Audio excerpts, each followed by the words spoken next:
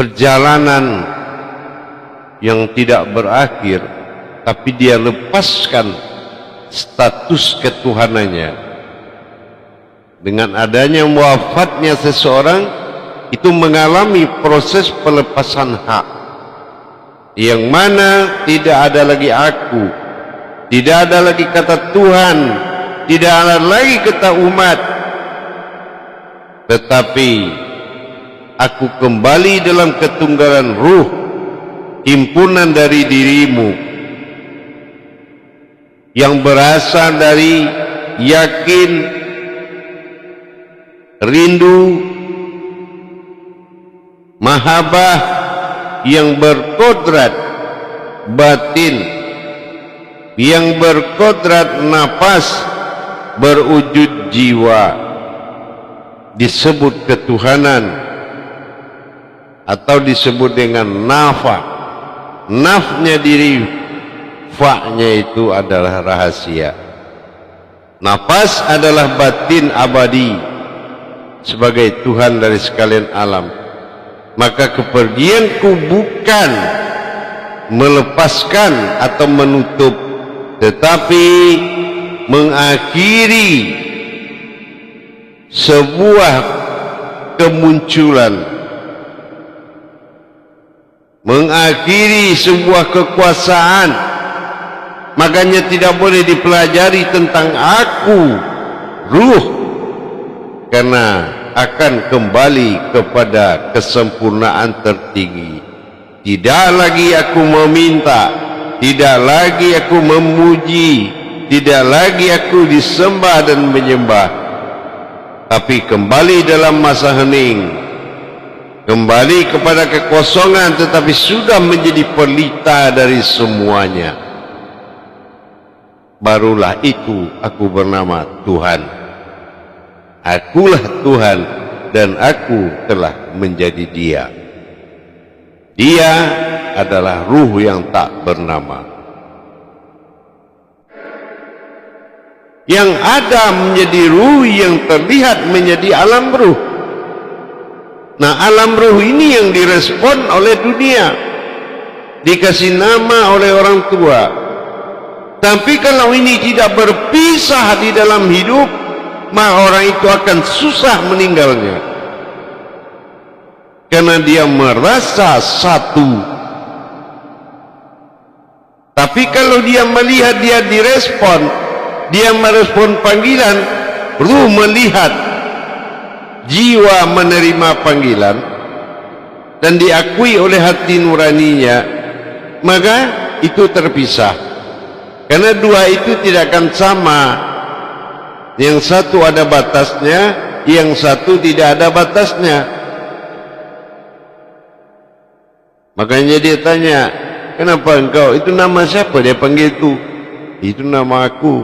Nama aku kata jasad atau jiwa. Kalau engkau punya nama, kenapa saya tak punya nama? Bukankah saya yang menghubungkan semua itu? Nah, itulah semacam mana kita mengukir suatu tempat yang kosong, menulis tempat kosong itu kita tak bisa. Tetapi apabila kosong itu datang memanggil, kita menunggu dengan kesadaran bahwasannya yang dipanggilnya itu bukan nama kita, tapi kita merasa dia panggil. Berarti kita sudah mulai mendapatkan ketunggalan ruh. Sampai pada saatnya kita ni tak usah mati, tetapi kita ada, cukup dan serba ada. Jadi tidak lagi meminta, memberi dan menerima, tapi ada pada semua yang ada. Itu dikatakan telah kembali ketunggalan. Setelah aku letakkan engkau pada makam, engkau kubur, aku solatkan engkau, engkau aku solatkan. Wahai jiwa, maka aku telah mengakhiri beban rohani engkau. Aku habiskan keumatan engkau tak ada lagi ketuhanan engkau, tapi engkau sebab ada pada cukup. Itu yang dikatakan engkau harus kembali lepaskan semuanya itu. Bukan engkau meninggal, bukan engkau mati, tapi sudah meninggalkan hal yang engkau jadikan masalah pada batin. Engkau tinggalkan segalanya, aku lepaskan semuanya. Kosong tak lagi kosong, sudah ada. Engkau siap dengan utuh, diam merasa cukup, kuat merasa utuh, melawan merasa sempurna. Itulah Ruh Tunggal. Itulah Dia tak bernama, Ruh yang kosong, tapi ada. Makanya jaranglah orang faham kalau yang merespon adalah ruh pada jiwa, jiwa bernama ruh, dengan yang tidak respon, tapi dia merespon ketunggalan. Inilah yang dimaksud daripada dia. Dia adalah ruh kosong yang tak punya nama, tapi dia dah punya segalanya. Ini sebuah perjalanan, bukan dari mana ke mana, dari Tuhan ke ketuhanan, dari ketuhan kembali kepada Tuhan, dan aku kembali kepada Dia. Dia itu ruh yang tidak bisa disebut.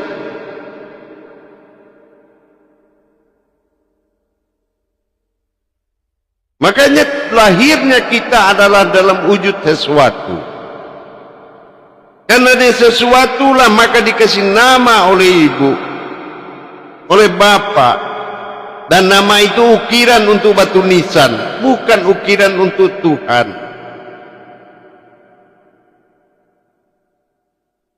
In kanat sayyata wa indatana fa'izahum jami'un ladaina muhtarun. Cukup dengan satu teriakan, kembali engkau semua. Satu nama ruh itu.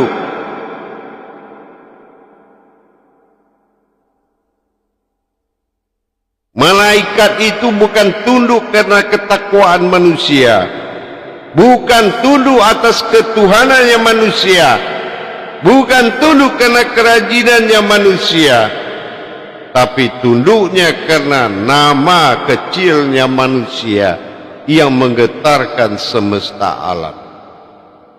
Makanya kalau halus dan sucinya nama itu, apabila seseorang dipanggil hadiratnya ilahi, tidak ada yang mendengarkan nama itu. Saking halusnya, kecuali telah berdiri jiwa, berwujud nafas, dan berhayat kepada batin, disebut ruh, barulah dia bisa mendengarkan panggilan-panggilan sang ilahi. Tapi kalau dia masih hidup dalam kodrat alam ruh, masih bisa dia lihat dan melihat, dipanggil dia mendengar, merespon segala arah, berarti masih dalam kodrat alam ruh, bukan ruh.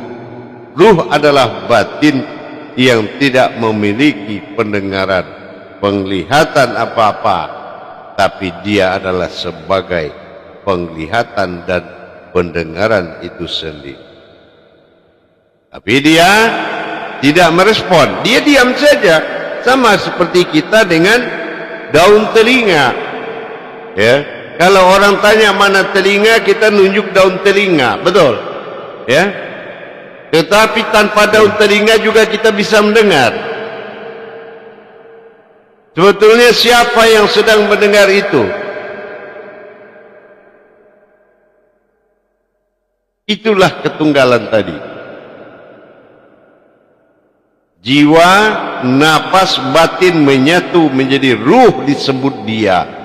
Tapi ruh yang ada pada alam semesta adalah gema halus dari alam ruh sendiri, gema dari jiwa.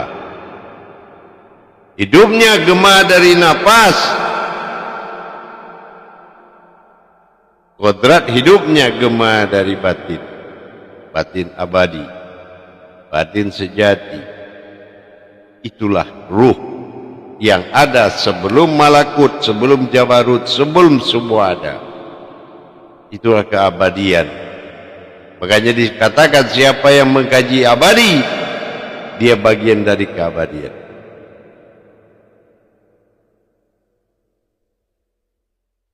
Makanya supaya lepas kita dari susah, lepas dari semuanya, maka lepaskan keumatan dan ketuhanan. Berdirilah dalam masa tunggal, maka menikmati ketuhanan, menikmati keumatan jauh lebih nikmat daripada menjalankan keumatan dan ketuhanan yang serba menyulitkan. Inilah iman, batasan. Jadi alam ruh adalah alam iman yang memiliki batas, tapi ruh adalah ilmu tak terbatas.